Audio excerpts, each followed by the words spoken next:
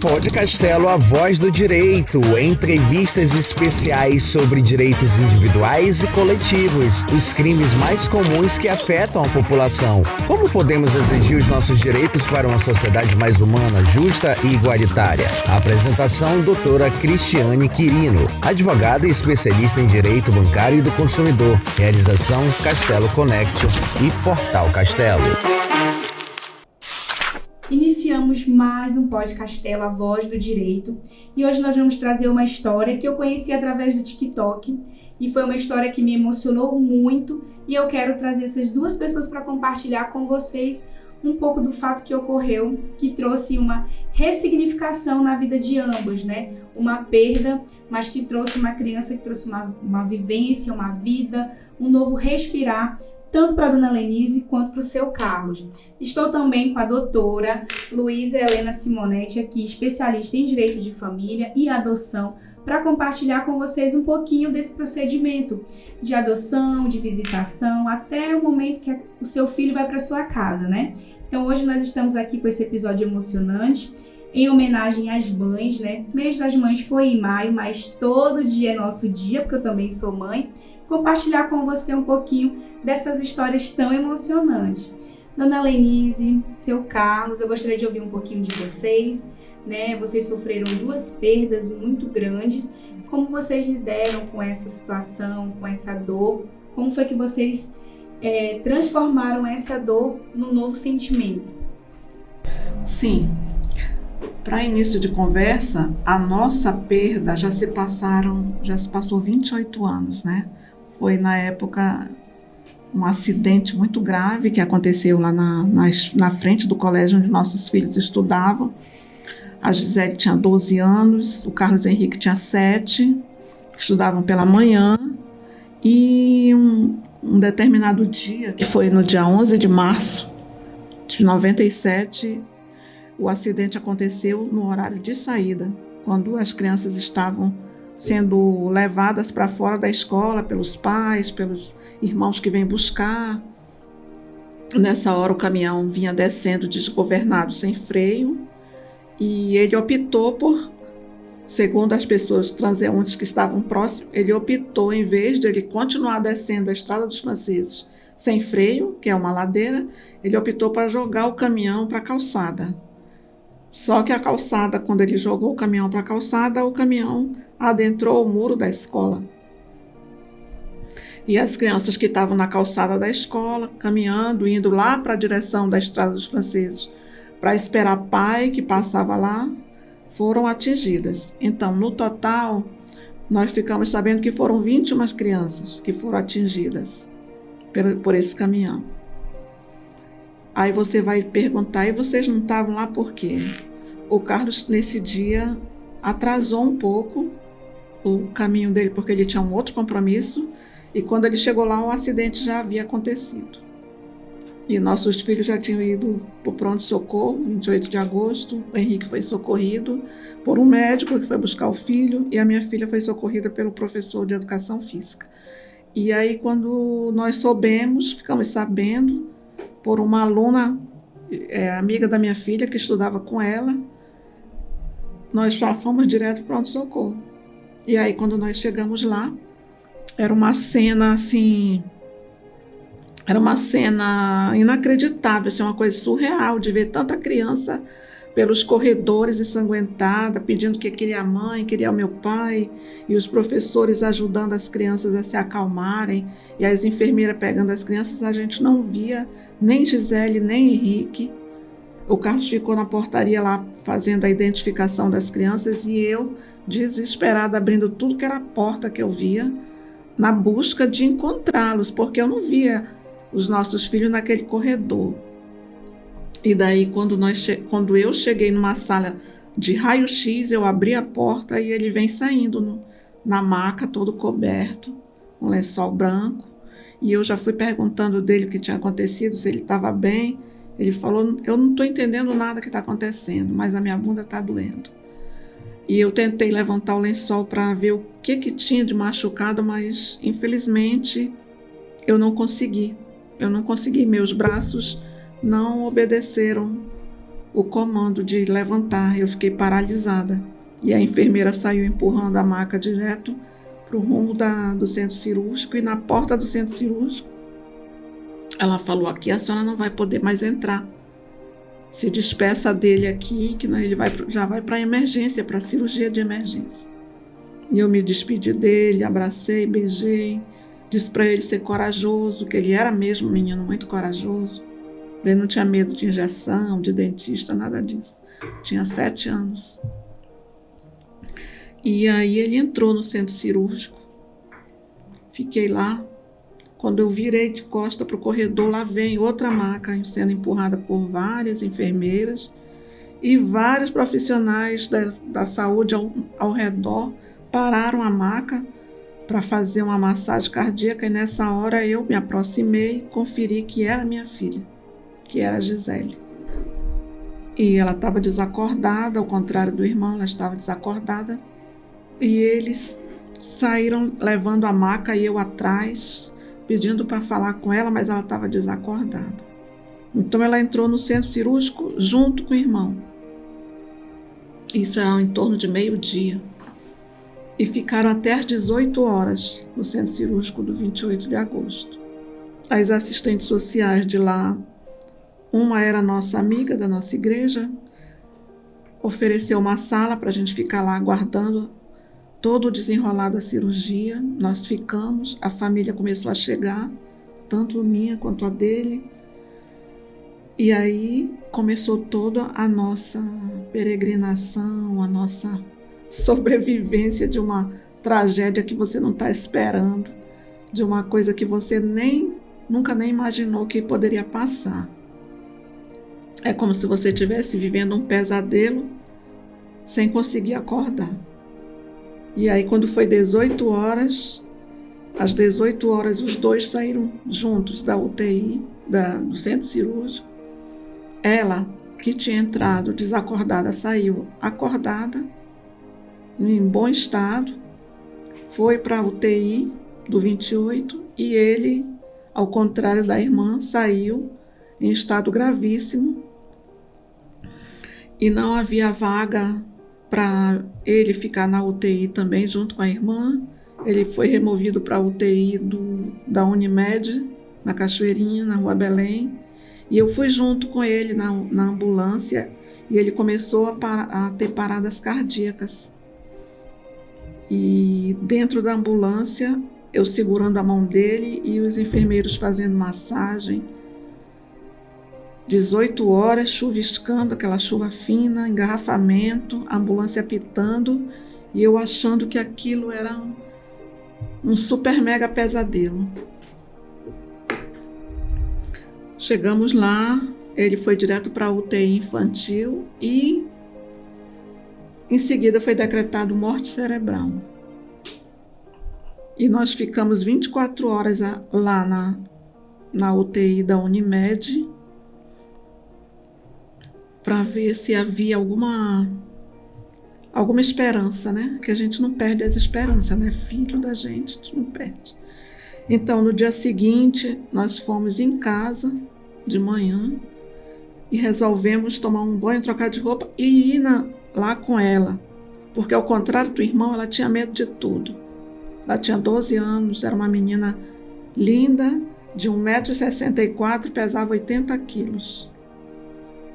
E gostava de dançar, de fazer balé, de jogar futebol na escola.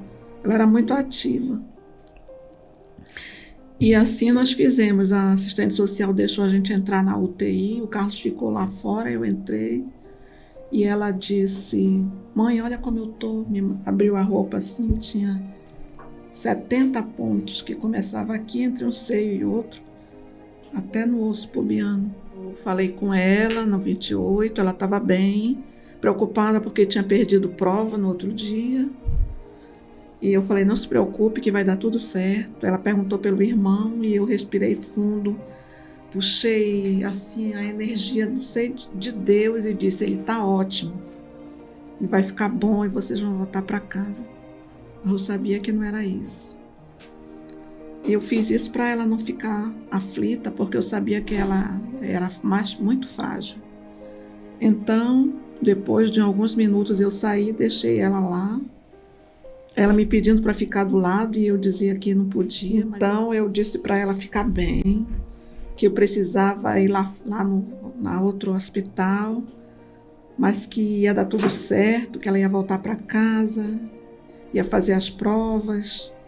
E ela só dizia: mãe, fica comigo, mãe, tu sabe que eu tenho medo. E a vontade era de ficar, mas eu precisava ir lá no outro hospital. O carro estava lá, no outro hospital. Então eu saí de lá com meu coração assim, do tamanho de uma cabeça de alfinete, sabe? Aquele coração apertado que você quer ficar com seu filho, mas você precisa ir no outro que está mais grave. Quer se manter no controle de tudo, né? É. Como se a gente tivesse alcance. Aí para tirar o sofrimento. Eu saí de lá, saímos de lá, fomos lá para a Unimed. Quando nós chegamos lá, o Carlos perguntou como ela estava, eu falei: ela está ótima, ela vai ficar boa. E aí, em seguida, já chamaram a gente lá para dentro. Chamaram na voz os pais do Carlos Henrique. E nós chegamos lá, era para receber a notícia de que há meia hora atrás ele havia falecido. Então, quando você ouve uma frase que o seu filho faleceu, é como se você ouvisse uma frase numa língua que não é a tua. Uma língua, digamos assim, uma língua bem difícil, uma língua indiana. Você não entende o que o cara está te falando, aquilo não soa como uma coisa razoável. Seu filho faleceu, você nunca ouviu ninguém te falar isso. Você pode ter ouvido seu filho caiu da escada, seu filho brigou na escola, mas seu filho faleceu, é surreal. Você não entende, não aceita. Eu falei: vocês, por favor, não desliguem nada. Vamos continuar lutando para que ele fique bem. Mas eles falaram: não tem mais o que fazer, senhora. Ele já faleceu.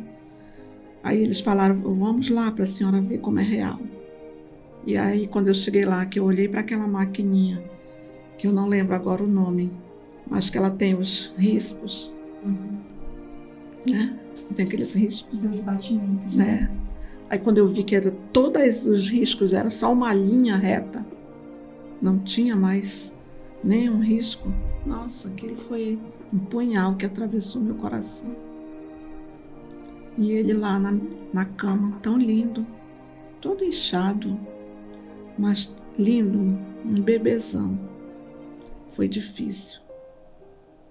Foi muito difícil. Foi a pior dor que alguém pode sentir na vida, principalmente mãe.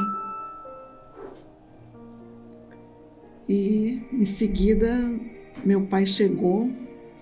Meu pai pediu para entrar lá onde nós estávamos, que ele era apaixonado por esse neto. E aí foi velório, foi toda aquela situação que a gente nunca passou, né? Nunca passou, você nunca foi a um velório de um filho.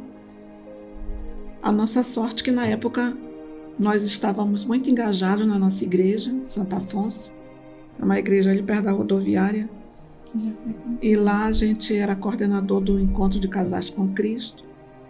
E tinha toda uma família da igreja que ficou junto conosco, lá no hospital, no velório. Isso foi muito bom, porque nos apoia, nos dá força, né? Por mais que as pessoas não possam fazer nada, mas um abraço, eu estou aqui, já é muito válido. E aí, o velório foi dentro da igreja e foi a nossa vivência com essa situação. Foi, apesar de ter sido muito difícil, muito, muito mesmo, nós nos resignamos. Tanto eu quanto o Carlos. Nós aceitamos. Nós não reclamamos. Não nos revoltamos contra Deus, nem contra ninguém, nem contra a empresa. As assistentes sociais da empresa, no mesmo momento do acidente, já nos localizaram, já ficaram do nosso lado o tempo inteiro. Tudo o que foi necessário fazer na tentativa de salvar a vida deles, foi feito. E nós eles não ficaram, não foram salvos porque não era o momento era aquele deles retornarem, né? Então, depois que aconteceu o enterro, tudo, a gente se voltou para ela, né? Que estava bem. Mas infelizmente, no dia do velório dele, ela passou muito mal, ficou muito agitada. Ela sabia? Depois de um tempo eu fiquei sabendo que conversaram sobre isso perto dela, dentro da UTI. Enfermeiras que dão plantão aqui, dão plantão ali, elas se comunicam, ficam sabendo, né? E ela ouviu a conversa e ela ficou muito agitada, normal, porque ela achava que o irmão dela estava bem, né? E como ela era uma menina que tinha medo de tudo, ela ficou assustada e começou a falar que ela também ia morrer, queria a mãe dela. E nós estávamos no velório quando ligaram para a gente ir lá. Nós saímos do velório naquela agonia, naquela angústia e fomos lá para o 28. Chegamos lá, ela estava sendo removida para o Getúlio Vargas, sedada. E eu fui na ambulância. E ela ficou 15 dias sedada, mas no começo eu acreditei que ela só estava sedada. Depois eu comecei a questionar os médicos. E eles falaram, não, ela não está sedada, agora ela entrou em coma. Então ela não saiu da sedação, que no início eles diziam, não, ela está sedada para não ficar agitada, é muitos traumas, ela ia sentir muita dor, né? Então é importante ela ficar sedada. Mas depois eu questionava, mas já tem uma semana que ela está sedada, não pode? Aí eles admitiram que ela não estava sedada, que ela estava em coma. E aí nós ficamos 15 dias entrando na UTI todos os dias, rezando lá com ela, pegava na mão dela, falava no ouvido dela para ela reagir, para ela voltar para casa, que a gente estava precisando que ela voltasse. E aqueles aparelhos alteravam a numeração, é como se ela estivesse ouvindo, mas ela não saiu. E então, quando chegou no dia 28 de março, o acidente foi dia 11 de março, quando foi dia 28 de março, sexta-feira da Paixão, que a gente estava na Quaresma, para quem é católico, esse período é um período que a gente fica comovido, né? Com a Paixão de Jesus. Ela faleceu sexta-feira da Paixão, meio-dia. E aí, mais uma vez, a gente teve que enfrentar mais um velório de 15 dias. Eu fico assim pensando que foi só um respiro para tomar o fôlego e enfrentar tudo de novo. Novamente o velório foi junto com a Paixão de Cristo. O corpo dela ficou lá na igreja, na mesa, ao lado da mesa que tinha Jesus morto. As pessoas não foram para casa depois da celebração, ficaram lá para o velório dela. E o nosso padre passando mal, porque nós éramos compadres do padre, né? E minha mãe, que era mãe e madrinha dela, do Júnior, do Henrique, dos três. Meu pai também, a minha mãe falou que agora ela não tinha mais motivo para viver. Ela tinha uma doença chamada cirrose hepática, que era muito grave, mas ela lutava contra a doença dela porque ela queria ficar perto dos netos. Mas depois que a Gisele partiu, ela falou que para ela a vida tinha perdido sentido e ela partiu também. E o meu sogro, seu João, pai dele, também. Seu João entrou em depressão por conta do Henrique, dos dois também, mas ele era louco pelo Henrique. E aí ele, com uma missa de um mês da Gisele, era de 7º dia do seu João. Então foi uma coisa muito, muito, muito difícil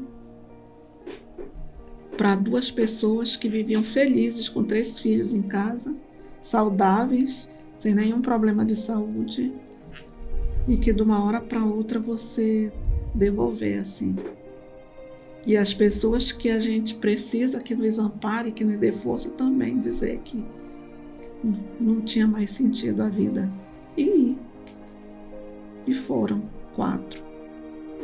Foram 4 enterros, 4 velórios no mesmo ano. A diferença de meses e a gente tinha que ficar forte para o nosso filho mais velho, que na época tinha 15 anos. E se trancou no quarto, não sorria, não conversava, não queria ver ninguém. E a gente tinha medo que ele fizesse alguma coisa contra ele mesmo, né? Porque ele estava muito, muito triste. Enfim, foi só na nossa fé, nas nossas preces, no nosso terço, com a presença do padre quase que diariamente visitando a gente, nossos amigos que iam lá em casa dizer que estavam conosco nessa dificuldade, nessa dor, que é uma dor que ninguém sabe, só quando você passa.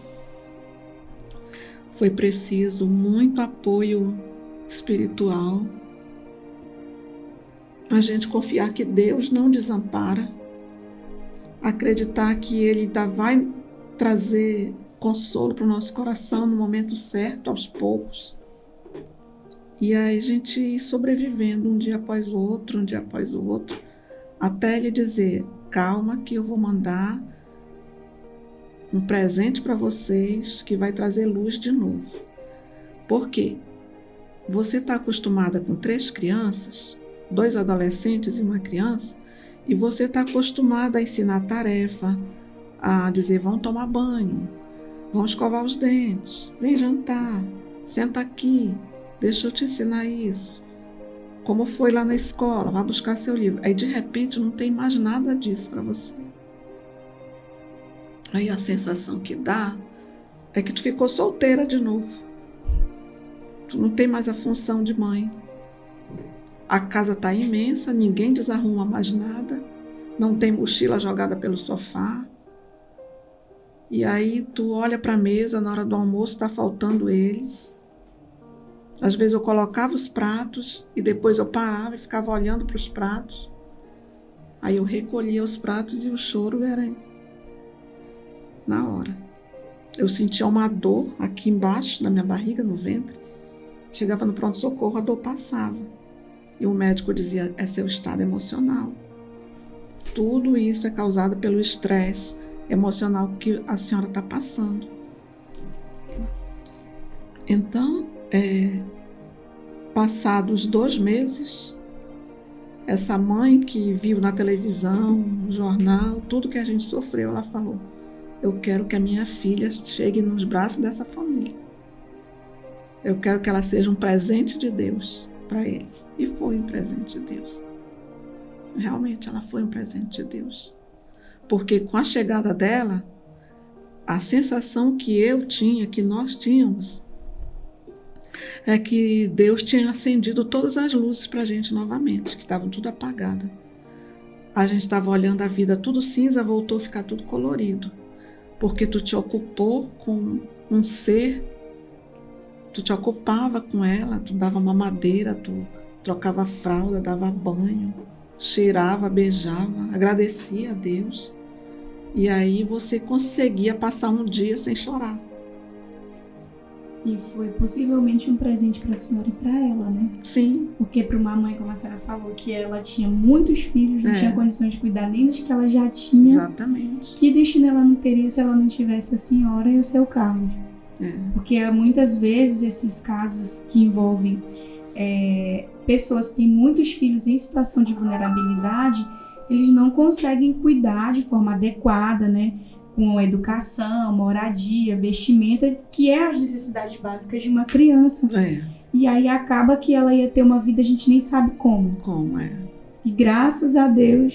E eu sempre dizia para ela, quando ela já estava entendendo mais, que quando uma pessoa doa um filho, não é que ela não quer aquela criança, é que ela quer que aquela criança tenha uma escola boa, que tenha umas condições de vida boa, como ela teve, sempre viajando, desde bebezinha viajando, passeando, estudando numa escola bacana, tendo um quarto cheio de brinquedos, cor-de-rosa, como ela queria.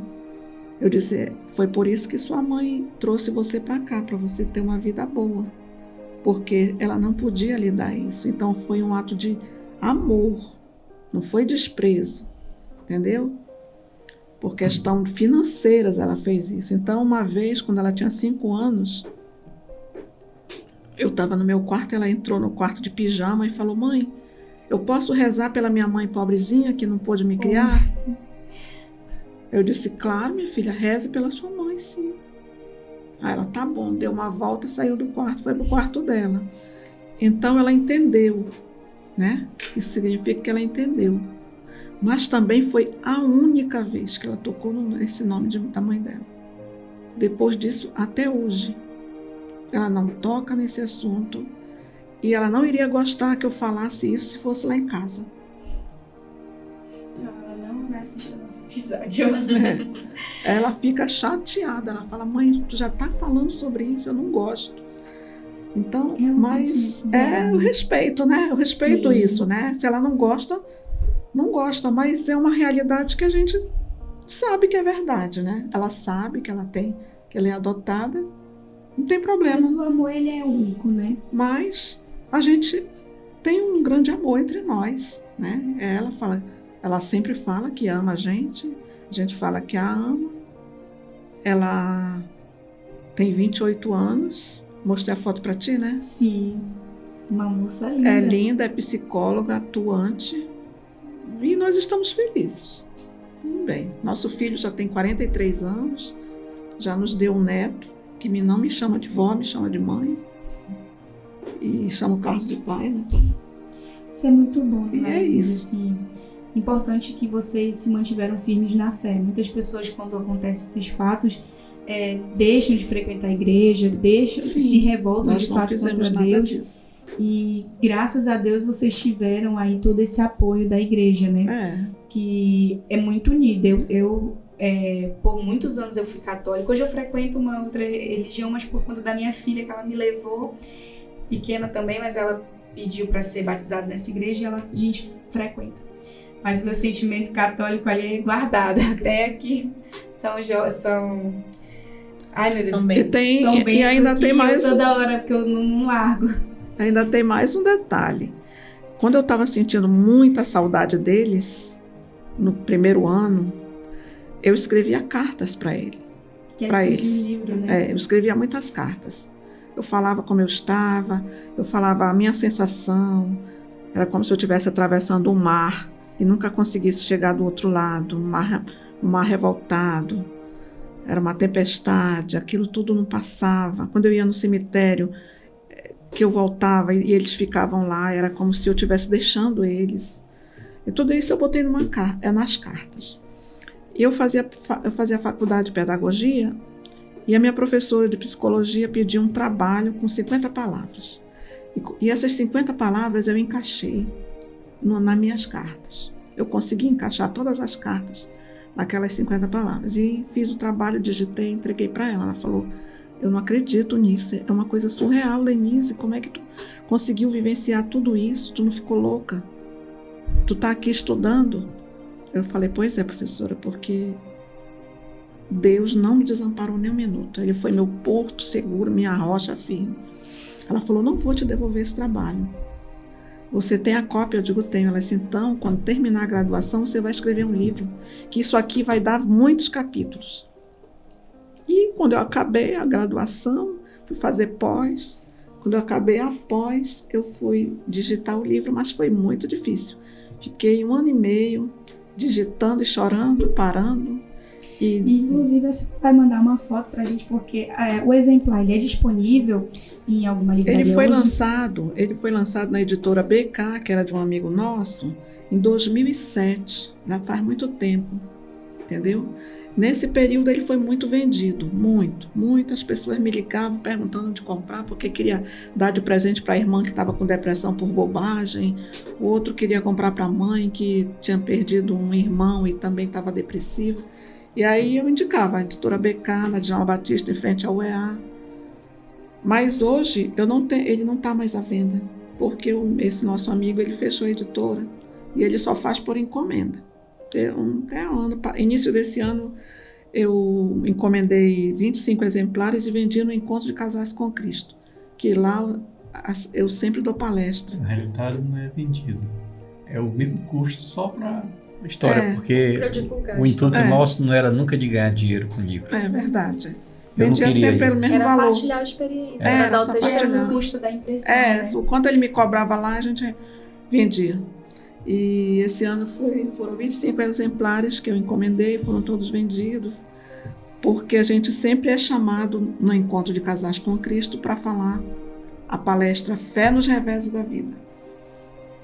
Nós vamos precisar dar uma pausa para a gente ir para o próximo bloco, para a gente falar um pouco em relação à questão das adoções, né, que é um ponto que a gente quer frisar muito aqui, porque hoje algumas pessoas têm aquela resistência, têm o preconceito até mesmo com a adoção, porque não é um procedimento simples, né? É uma criança que vem de uma outra família que muitas vezes você não conhece, e a gente tem que desmitificar muitas informações negativas, né, doutora, em relação a isso. Sim. Então, eu vou só fazer a chamada para a gente, daqui a pouquinho, já iniciar o próximo bloco para a gente falar da importância da adoção. Eu queria só complementar o que ela falou. Nós temos um grupo chamado GAPS, né?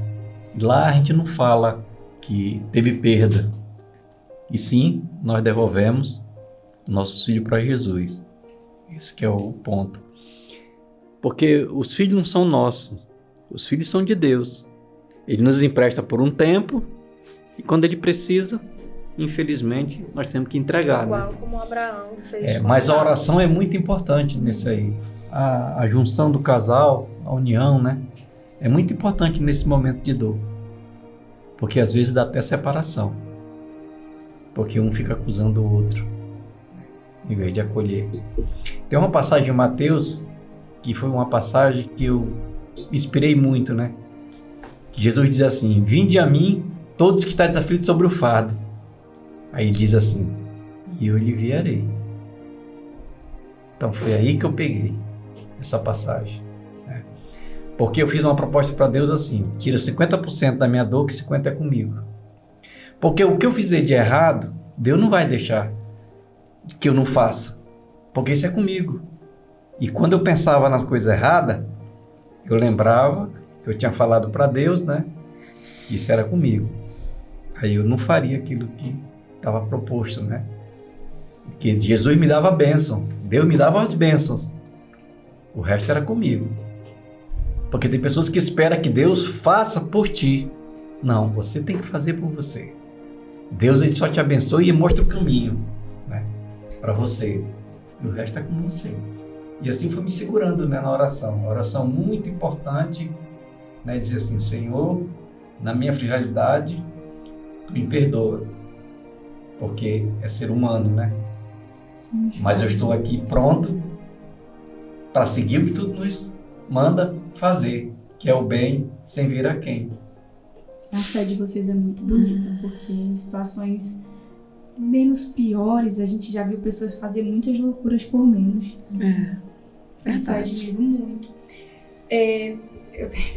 Eu fiquei tão reflexiva no que o senhor falou que... A gente vai dar uma pausa no nosso primeiro bloco, Pod Castela, a Voz do Direito. Hoje nós estamos falando sobre adoção e trazendo aqui a história da dona Lenise e do seu Carlos. Um testemunho muito lindo, não é só contando a sua história, mas também um testemunho de fé, de muita fé que hoje fizeram eles estarem aqui, fortes, firmes, confiantes em Deus. E no próximo bloco nós vamos conversar com a doutora Luísa para a gente falar sobre o procedimento de adoção. E a doutora Luísa também teve essa iniciativa, tem uma filha adotiva e ela vai compartilhar um pouquinho com a gente sobre essa história. Pod Castelo Finanças e Negócios, entrevistas sobre educação financeira, de que maneira podemos poupar dinheiro, organizar as contas pessoais e empresariais, as melhores ideias e negócios para o sucesso no empreendedorismo, a importância da inovação tecnológica aliada ao planejamento, visão estratégica e o uso de ferramentas adequadas para a satisfação dos clientes. Apresentação, Alohans. Acompanhe Pod Castelo Finanças e Negócios com a participação da população nas redes sociais do Portal Castelo. Pod Castelo, a voz do direito, entrevistas especiais sobre direitos individuais e coletivos, os crimes mais comuns que afetam a população. Como podemos exigir os nossos direitos para uma sociedade mais humana, justa e igualitária? A apresentação, doutora Cristiane Quirino, advogada e especialista em direito bancário e do consumidor. Realização, Castelo Connection e Portal Castelo. Episódio Pod Castelo, a voz do direito. Vamos ouvir um pouquinho com a doutora Luísa, que é especialista em direito de família, de adoção, para ela falar um pouquinho sobre o direito do adotante e o direito do adotado, né? Como é que é esse procedimento, doutora? É uma informação que eu, apesar de ser advogada, eu não sei como você inicia o processo de adoção. Como ele funciona hoje aqui? Olha, eu vou começar fazendo uma ponderação.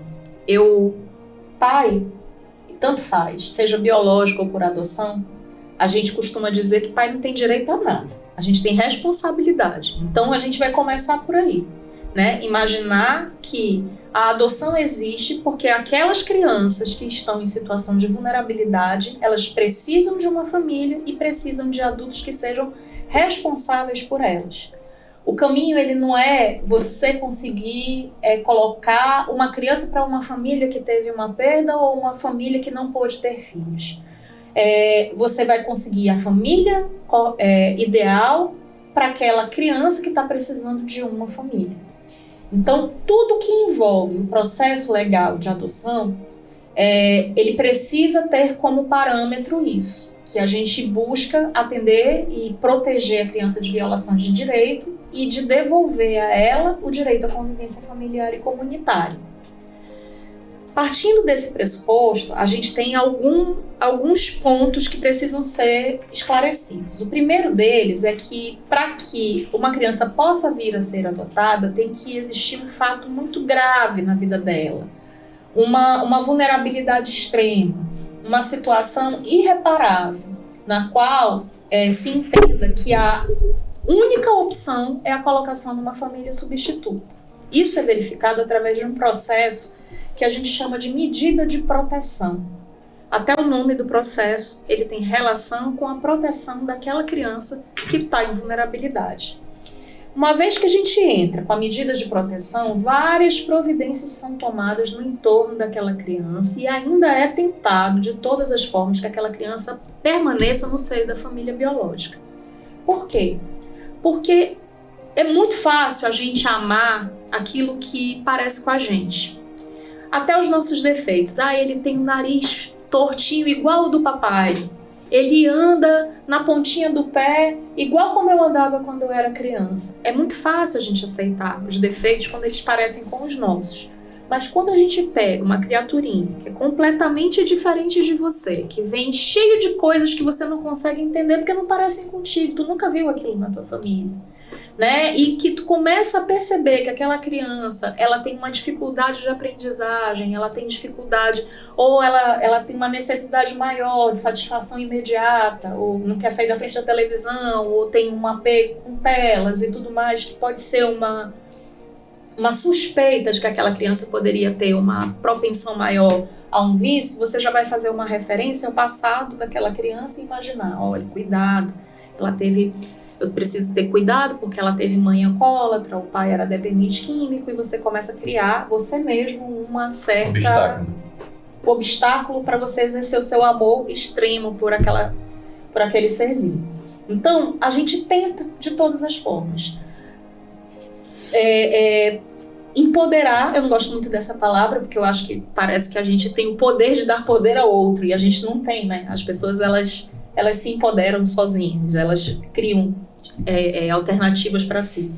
Mas a gente vai empoderar aquela família, cercá-la de políticas públicas que possam dar a ela a oportunidade de exercer aquela parentalidade responsável. Durante um certo tempo, essa família vai receber um certo tipo de fiscalização benéfica, que não é aquela de perseguir, mas é aquela de ajudar, de orientar. Autoajuda, né?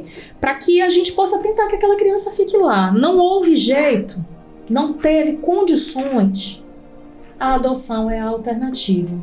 E nesse momento, a gente tem que ter as famílias que a gente chama de tropa de elite da paternidade. Não é qualquer pai e mãe que pode adotar. Eu não romantizo, eu não faço propaganda, eu não digo que é para qualquer um, que é fácil. Não é fácil, mas é maravilhoso para quem consegue. Eu me arrepio só de falar. Eu não tenho, como é que se diz? Eu achei que eu nunca ia adotar na minha vida. Eu não achava que o meu papel nesse processo era de ser uma mãe por adoção. Não achava. Eu achava que o meu papel era de fazer o encontro dessas famílias, de pegar famílias como essa daqui, ver uma criança que precisava de uma família e imaginar que essa criança ia ficar muito bem na família de vocês e fazer esse match. Igual como as jovens fazem agora com o Tinder, né? Que eu imaginava que era esse meu papel. E eu fui atropelada pela Elisa. A Elisa realmente ela virou a minha vida de cabeça para baixo. Eu não tenho como falar da minha filha sem me emocionar, porque realmente ela é o amor da minha vida. Então, em paralelo ao processo da medida de proteção, a gente tem aquilo que a gente chama de destituição do poder familiar, que é muito triste.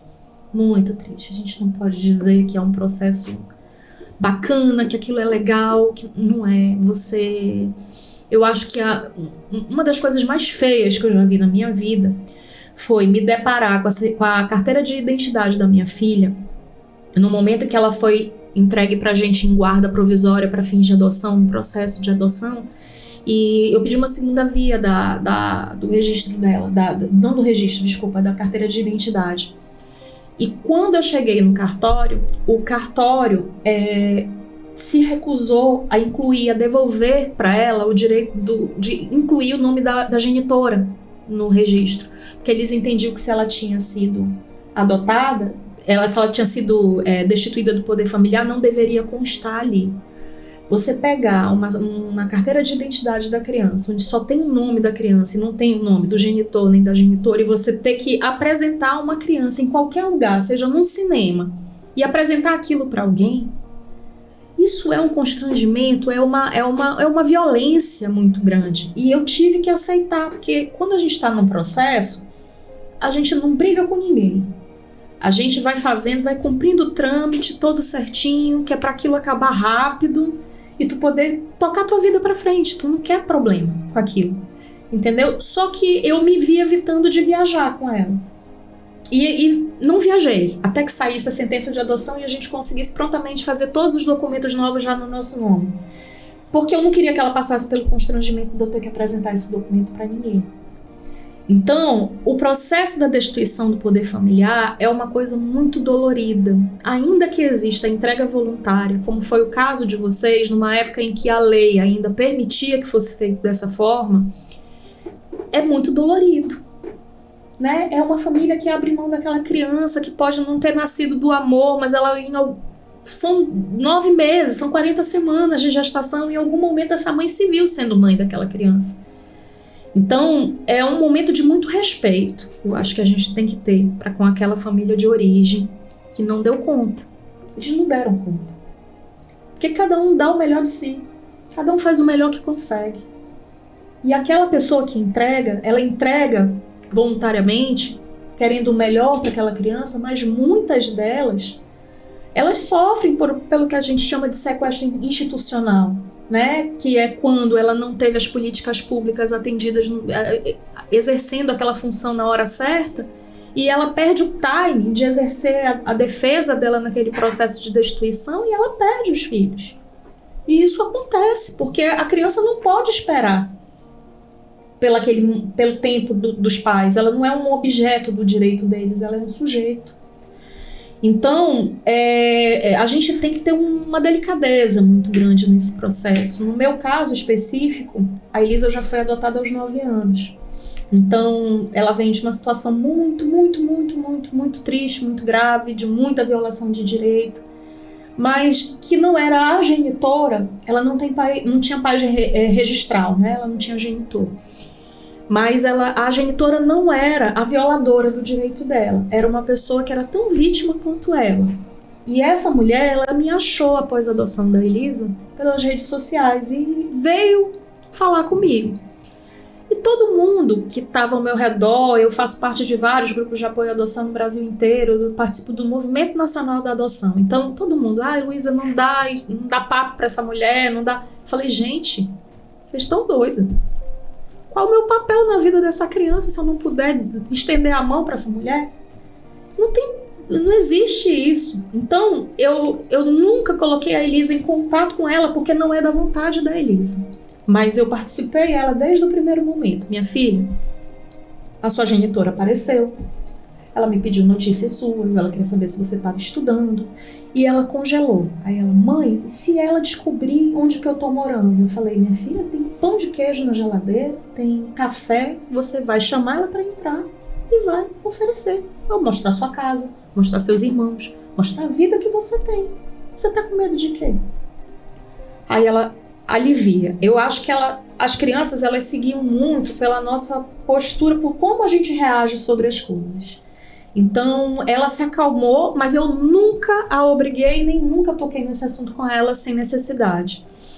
Eventualmente, a genitora me manda mensagens, ela tem problema psiquiátrico, infelizmente, e ela vive hoje com um pastor, um cara muito sensato, um senhor bem mais velho que ela, que é muito tranquilo. Então, quando ele percebe que ela tá me mandando muita mensagem, ele entra em cena e manda ela se acalmar e conversa comigo e diz, não se preocupe, tá tudo bem e tal. E ele faz uma certa mediação para que ela não perca o acesso à informação mínima. Mas ela se preocupa muito, eu acho que ela tem uma expectativa, que a Elisa, quando era pequenininha, ela sempre foi muito boa aluna. E ela, pequenininha, ela dizia que ela ia ser médica. Então, como a mãe tem problema psiquiátrico, né, a genitora, ela pensa que a filha vai ser médica para cuidar dela. E a Elisa, nesse primeiro momento em que a genitora apareceu, ela chegou a me perguntar, mas como é que vai ser se ela vier atrás de mim? Aí eu falei, olha, continue estudando, né, para você ser uma boa profissional, ganhar muito dinheiro, porque se um dia ela precisar de você e você quiser ajudar, você vai poder ajudar. E é esse seu foco. Segue com a tua vida. Tu não vai parar a tua vida por conta de ninguém. Você vai ser feliz hoje. Amanhã não lhe cabe decidir agora. Então segue que vai dar certo. E ela agarra cada palavra do que eu falo e ela mete bronca e vai em frente e vem dando certo. Ela tem quantos anos? Ela tá com 15 agora. Agora aconteceu uma coisa super engraçada um dia desses. A gente tava ela gosta muito de criança pequena. Eu acho que como ela não teve esse cuidado na primeira infância, né? Ela se apega muito com criancinha pequena. E ela queria muito que eu adotasse um bebezinho. Eu acho que ela queria brincar de boneca com aquele bebê. Eu digo, minha filha, você vai fazer 18 anos, você vai casar cedo, vai achar um José na sua vida. E você vai casar cedo, você vai ter um bebê e a sua mãe vai lhe ajudar a criar. Mas eu não quero mais não. Já chega. Aí a gente tava na fila do aeroporto, tinha um menininho assim de uns 4, 5 anos, que tava com a gente ali brincando e tal. Aí ela olhava pra mim e fazia assim, me dizendo, olha aí mãe, dessa idade assim, né? Aí eu falei bem, olhei pra ela e falei bem assim, eu já te falei, o que vai acontecer? Tu vais casar? Ela, não, mas eu não quero muito pequenininho não, eu queria que já chegasse desse tamanho. Aí eu falei, mas minha filha, você vai adotar. Você pode adota um já de 5 anos. Sabe o que ela falou pra mim? Eu adotar? Não, esses meninos dão muito trabalho. Esses meninos de abrigo dão muito trabalho, eu não quero não. Ela fala como se ela nunca tivesse sido adotada. É a coisa mais engraçada do mundo. Aí aquilo dali me travou, que eu fiquei sem palavra, que é difícil ficar sem ter o que falar, né? Que eu falo muito. E aí a gente brinca lá em casa que não, porque a Elisa agora virou filha biológica e a gente isso virou meio que um meme lá em casa por conta dessa fala dela, né? De que as crianças adotadas são problemáticas, que elas dão trabalho.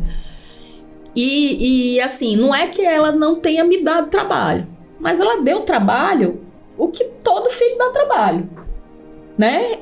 Pra mim, dizer que a Elisa deu trabalho é até uma injustiça da minha parte. Porque eu tive 2 filhos homens, mais velhos que ela, que são TDAH, né? Então eram aqueles meninos hiperativos que quebrava tudo, que eu era chamada toda semana na escola. Porque ele perdeu a paciência e bateu no coleguinha. Porque ele não quis terminar a tarefa e rasgou a tarefa toda. Eu tive tudo isso com os meus. Então o trabalho que a Elisa me dá, menino, eu tiro de letra. Eu acho tudo lindo. Tudo lindo. Até quando ela faz malcriação comigo, eu acho bonitinho. Por que eu acho bonitinho? Não é porque a Elisa é uma menina muito doce. É uma menina que ela não bate boca com ninguém. É uma menina muito educada, muito generosa, muito elegante. E quando ela responde pra mim, eu rio. Porque ela só consegue fazer isso comigo. Ela não consegue fazer isso com ninguém mais. Então, até quando ela é malcriada comigo, eu fico feliz, porque eu digo, graças a Deus, essa menina, ela se sente tão segura, tão à vontade, que ela consegue ser assim comigo. E eu não consigo me irritar. É simples assim. Agora, eu não programei isso pra minha vida. Não programei. Eu fui casada a primeira vez, passei 15 anos nesse primeiro relacionamento, que é o pai dos meus 2 primeiros filhos. E me divorciei e em seguida conheci o pai da Elisa, que também é advogado. E um belo dia, numa desses eventos que a gente faz em prol das crianças do acolhimento, a Elisa me adotou. Porque foi ela que me viu e ela que decidiu que ela ia ser minha filha. E eu acredito muito, como eu também sou católica, eu acho que Deus, quando ele quer te dar uma missão, ele não te pergunta se tu queres essa missão ou não. Ele bota na tua porta e ele diz, essa missão é tua. Tu dá conta. É tua. E foi assim que a Elisa aconteceu. Tanto pra mim quanto pro meu marido. Mais pra ele do que pra mim. Porque eu fui até mais resistente no primeiro momento. E nós não éramos habilitados, mas a Elisa fazia parte, como ela já tinha 9 anos, ela fazia parte de um programa chamado Encontrar Alguém, que é um projeto do Tribunal de Justiça que prioriza colocar em famílias as crianças que já foram tentadas todas as formas de colocação e não acharam pretendentes para elas. Então essas crianças, os processos de habilitação, eles correm numa certa agilidade para que essa adoção aconteça mais rápido. E ela era um caso assim, nós pudemos nos habilitarmos para adotá-la. Mesmo assim, demorou 6 meses, e nesses 6 meses, embora tivesse contato com ela, porque eu tenho contato com muitas crianças do acolhimento, porque eu estou sempre em apoio aos abrigos, mas ela não sabia que a gente estava se habilitando para adotá-la. Né? E eu era a tia Lu pra cá, tia Lu pra lá, ela sempre muito apegada comigo e tudo mais, mas não sabia que eu ia ser a mãe dela. Né? Então, do dia que a Elisa foi lá pra casa pra hoje, já se passaram 5 anos, e eu não posso eu tenho certeza absoluta que foram os 5 melhores anos da minha vida. Eu não teve um dia que eu tenha me arrependido. E nesses 6 meses eu me perguntava todo dia, isso é uma coisa importante, né, durante o processo. Tu tem certeza que é isso que tu quer? Isso não é empolgação, tu não tá agindo no impulso. Olha, a vida de uma criança. Eu perguntava pra mim mesmo. Todos os dias nesses 6 meses eu me respondia sim. Se eu tivesse um dia tido dúvida a respeito disso, talvez eu não tivesse adotado a Elisa. Mas eu tinha tanta certeza de que aquilo dali ia dar certo. Eu olhava pra aquela menina, eu me via tanto nela. E ela é muito melhor que eu. Dizer que eu me via nela é injusto. Mas quando eu olho pra ela, a única sensação que eu tenho é de, nossa, eu ia ser a pessoa mais feliz do mundo se eu fosse a mãe dessa menina, dessa criança. Sabe quando você vê uma criança legal, bacana, que você fica encantada? É a sensação que eu tenho quando eu vejo a Elisa. Vocês podem não ter essa mesma sensação, eu espero que não tenham, porque a filha é minha. Mas é esse o orgulho que eu tenho de ser mãe dela. Foi feita a destituição do poder familiar, enquanto rolava o processo de destituição. É feito um link, né? Tem um Sistema Nacional de Adoção, que é um sistema que é fiscalizado pelo CNJ. Toda a movimentação dele é fiscalizada pelo CNJ. E essa movimentação, ela faz o link entre as famílias que se habilitam para adotar com as crianças que estão disponíveis para adoção e que já passaram pelo processo de destituição. Quando eu digo que a criança foi para o projeto Encontrar Alguém, é porque o sistema já tentou de todas as formas fazer o casamento daquela criança com uma família habilitada e não houve o match, que é o que a gente chama do encontro perfeito. E essas crianças, elas ficam à margem da oportunidade. E aí o Tribunal de Justiça do Amazonas criou um projeto chamado Encontrar Alguém. Eles divulgam imagens da criança, vídeos e tudo mais em todas as mídias possíveis e imagináveis. Facebook, Instagram, no site do tribunal, nos jogos de futebol, onde puder divulgar o vídeo daquelas crianças que estão disponíveis, é feita a divulgação. O da Elisa, a Elisa já tinha sido deferida a inclusão do vídeo dela, das fotos dela, mas não precisou, porque nós aparecemos exatamente ali entre uma situação e outra e nos dispusemos a adotá-la. Agora, hoje eu tenho certeza do porquê que eu me preparei a vida inteira para preparar outras famílias, porque na verdade eu estava me preparando. Né? É uma missão de uma vida inteira. A Elisa, no meu coração, ela tem 25 anos, porque é o tempo que eu tenho que eu tô nessa vida, nessa luta. Eu tenho 25 anos de formada. Então, no meu coração, a Elisa tem 25 anos. Eu gestei ela foi a gestação 25 não, 20, né? Porque ela já tá há 5 comigo, eu já pari há 5 anos. Mas foram 20 anos de gestação afetiva. E é isso. Nossa, eu segurei o choro aqui por várias vezes, porque eu me identifiquei com muitas falas, assim, de situações que já aconteceram na minha vida.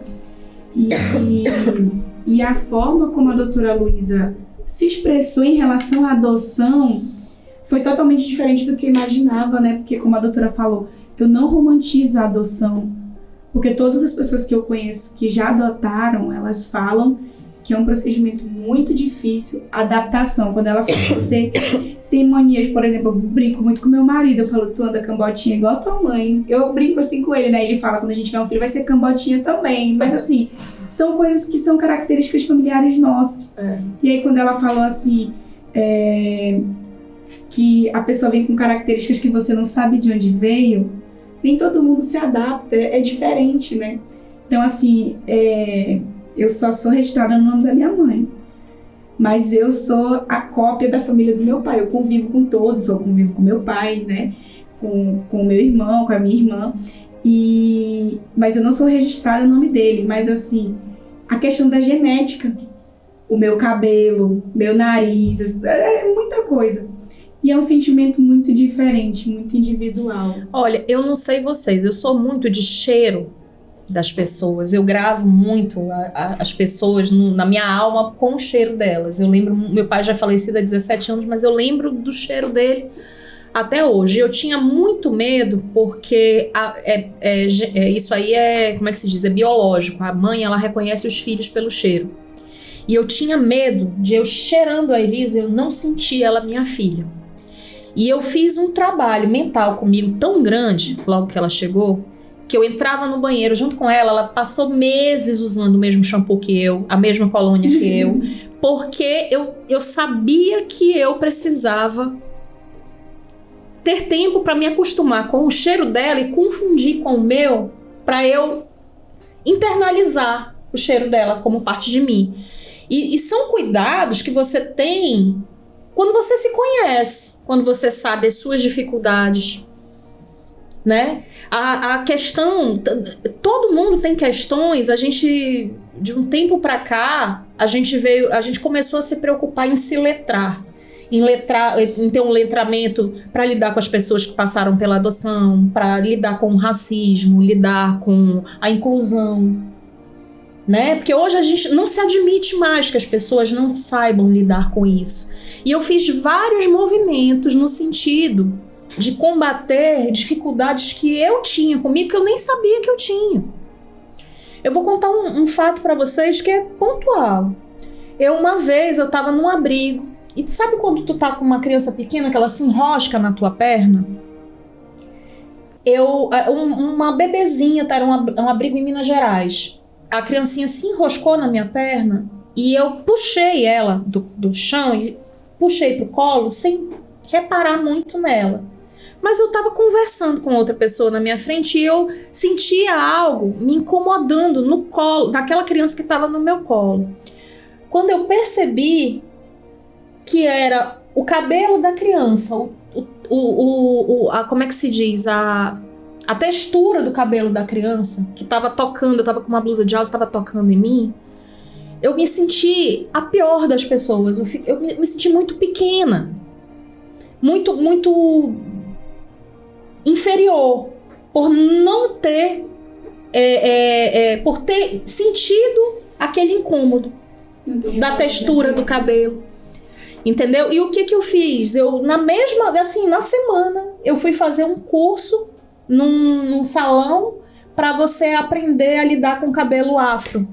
Para aprender a pentear, para aprender a fazer trança, para aprender a hidratar, para aprender... Porque eu precisava me livrar daquele sentimento. Mas isso é uma preocupação que eu tenho comigo como pessoa. Isso não é uma preocupação que todo mundo tem quando se coloca para adotar uma criança. É muito comum, eu tenho uma amiga que é negra, mas ela tem uma mãe branca, e ela disse que ela nunca aprendeu a lidar com o cabelo dela, porque a mãe não sabia lidar com o cabelo dela. Então ela absorveu aquela fala da mãe: "Ô, minha filha, se eu pudesse eu te dava o meu cabelo". E ela passou a vida inteira trabalhando dentro dela a fala da própria mãe, que era uma fala amorosa. Mas era algo que mexeu com ela e que magoou, que marcou ela, entendeu?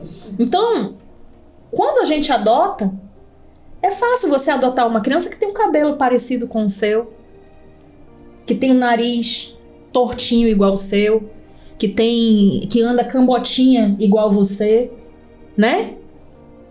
Mas não, às vezes até lidar com o sucesso daquela criança, com o êxito daquela criança, naquilo que tu é deficiente, é difícil. Né? Você tem que ter esse preparo para aceitar o outro incondicionalmente. Tem muita gente que não acredita no amor incondicional, mas eu acho que ele não é natural. Isso é algo que você precisa se trabalhar. Você tem que estruturar a sua mente, você tem que, né, buscar o conhecimento para que você aceite ser amado e aceite o amor vencer dentro de você. Porque eu não me julgo. Se eu quiser passar a mão na cabeça dos meus filhos, eu vou passar, porque eles são meus filhos. E quem quiser achar ruim, que ache. Isso é muito Entendeu? Então, eu me autorizo. Você chegar ao ponto de se autorizar sem se sentir julgada pelos outros é muito complexo. E lidar com o ser humano, com todos esses sentimentos, acabou que hoje a gente falou muito do sentir, né? Acho que a gente passaria a tarde aqui inteira, porque só um episódio não dá pra gente concluir. Olha, eu vi uma entrevista de uma budista muito famosa, que eu esqueci agora o nome dela. Careca? Exatamente. Sim. E ela conta da relação dela porque ela tem uma filha, né? Ela disse que que o maior sentimento que invade ela quando ela lembra da filha é a saudade. Porque ela passou muito tempo, ela abriu mão da convivência com a filha por conta da religião. Mas que ela nunca evitou aquele sentimento. Que ela recebia o sentimento, ela sentia ele, passava ele pelo racional, se permitia estar triste e seguir em frente. A Monja Coen. Monja Coen.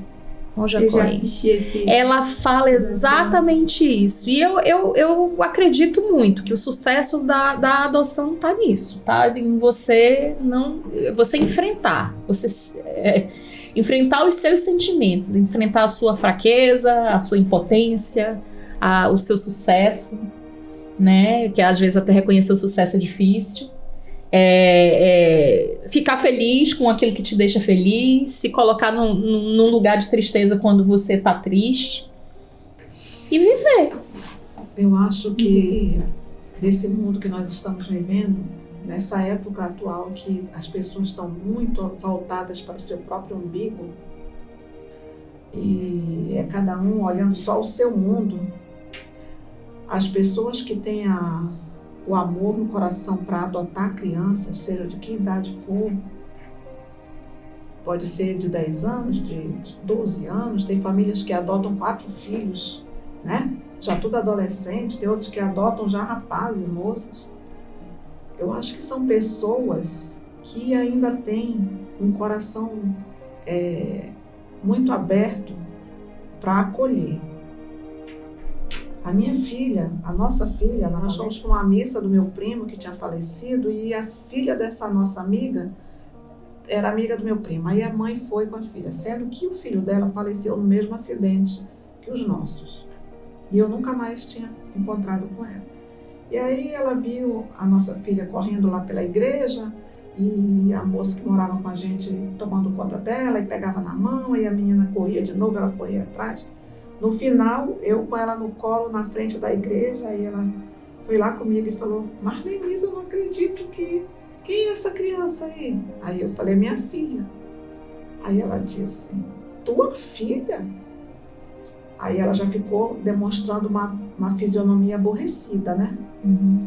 Aí ela já ficou assim, aí ela não se controlou e soltou tudo aquilo que ela tinha dentro dela de raiva, de revolta, porque o filho dela tinha partido, né? Aí ela já foi bem agressiva comigo e disse assim: eu não acredito que você pegou filho dos outros para colocar no lugar dos teus filhos. Eu não acredito, Lenise. Aí eu fiquei parado olhando para ela. Ela disse: pois eu não faço isso. Eu jamais vou pegar filho dos outros para colocar dentro da minha casa. Eu posso morrer seca. Meu Deus. Com tanta saudade do meu filho, mas eu jamais vou pegar filho dos outros. Eu não acredito que tu tá pegando filho dos outros. Eu falei: olha, primeiro que ela não é filha dos outros, ela é minha filha. Porque filho não necessariamente tem que nascer do útero da gente, né? A gente se apaixona por uma criança e ela vira tua filha. Então, eu estou muito satisfeita com ela. Ela trouxe luz para nossa casa, trouxe alegria para nossa vida. Entendeu? Ela disse: ah, mas eu não. E aí ela foi verbalizando. Cada um lida, né? Não, e ninguém é obrigado a adotar, não. Eu não acho que... Eu acho que ela tá dentro da verdade dela. O que ela não poderia ter feito é ter julgado essa mãe por ter dado uma outra finalidade pra dor, né? É isso que ela não podia. Ela pode não adotar. No caso, o coração dela tá tão amargo que tem uma frase na Bíblia que diz assim: a boca só fala daquilo que o coração está cheio, né? Então ela falou daquilo que o coração dela estava cheio. Ela estava cheia de mágoa, de raiva, de angústia, porque inclusive a situação do acidente causou separação entre ela e o esposo dela, né? Então ela ficou só ela e uma filha mais velha de 18 anos, o menino tinha 11. Então ela estava duplamente amargurada, angustiada, com todas as dores dela bem afloradas, né? Eu falo que eu escolhi a melhor parte, que é receber uma criança. E essa ganhou um presente. E essa mesmo, parte, né? Foi boa. Isso. Nós vamos ter que encerrar, porque a gente já extrapolou muito do nosso horário e eu queria poder aqui passar a tarde inteira ouvindo vocês. Mas nós vamos encerrar o nosso episódio de hoje. Eu gostaria de saber se a gente pode divulgar o seu Instagram. A senhora tem um Instagram que eu procurei, é o Lenise Cakes, né? E eu acabei procurando pelo nome do livro até conseguir achá-los. E aí no próximo episódio nós vamos ter a doutora Luísa justamente falando sobre as leis da adoção. Mas para mim foi muito emocionante ouvir a história de vocês, né? São vivências diferentes, mas o único sentimento que eu pude ver é que existe muito amor na família de vocês, com os filhos de vocês. Eu sou mãe, ontem minha filha fez 12 anos e toda vez que eu escuto algo falando de filho, eu me emociono porque eu imagino a minha filha. E eu oro muito para Deus: Senhor, a minha filha ela é sua, mas que eu viva muitos anos para vê-la crescer e ela viva muito. mas a gente não tem esse domínio, a gente não tem esse controle. Não tem. Mas eu fiquei imensamente feliz. A gente vai fazer um episódio só para falar da lei da adoção, porque como a doutora falou, não é romantizando, né? Você quer adotar, mas existe todo um trabalho. Existem tantas crianças em busca de uma família, precisando de amor, e tantas pessoas para dar esse amor. Só não sabem como procurar. E a doutora vai compartilhar mais sobre esses grupos, como funciona, mas eu fico imensamente feliz com a participação de vocês. E quem estiver aí querendo fazer alguma pergunta para o nosso episódio, que vamos falar somente de adoção, sinta-se à vontade, siga o Portal Castelo, mande suas perguntas, entre em contato conosco que nós vamos ter total satisfação em responder vocês. Pod Castelo, a voz do direito. Entrevistas especiais sobre direitos individuais e coletivos, os crimes mais comuns que afetam a população. Como podemos exigir os nossos direitos para uma sociedade mais humana, justa e igualitária? A apresentação, doutora Cristiane Quirino, advogada e especialista em direito bancário e do consumidor. Realização, Castelo Connection e Portal Castelo.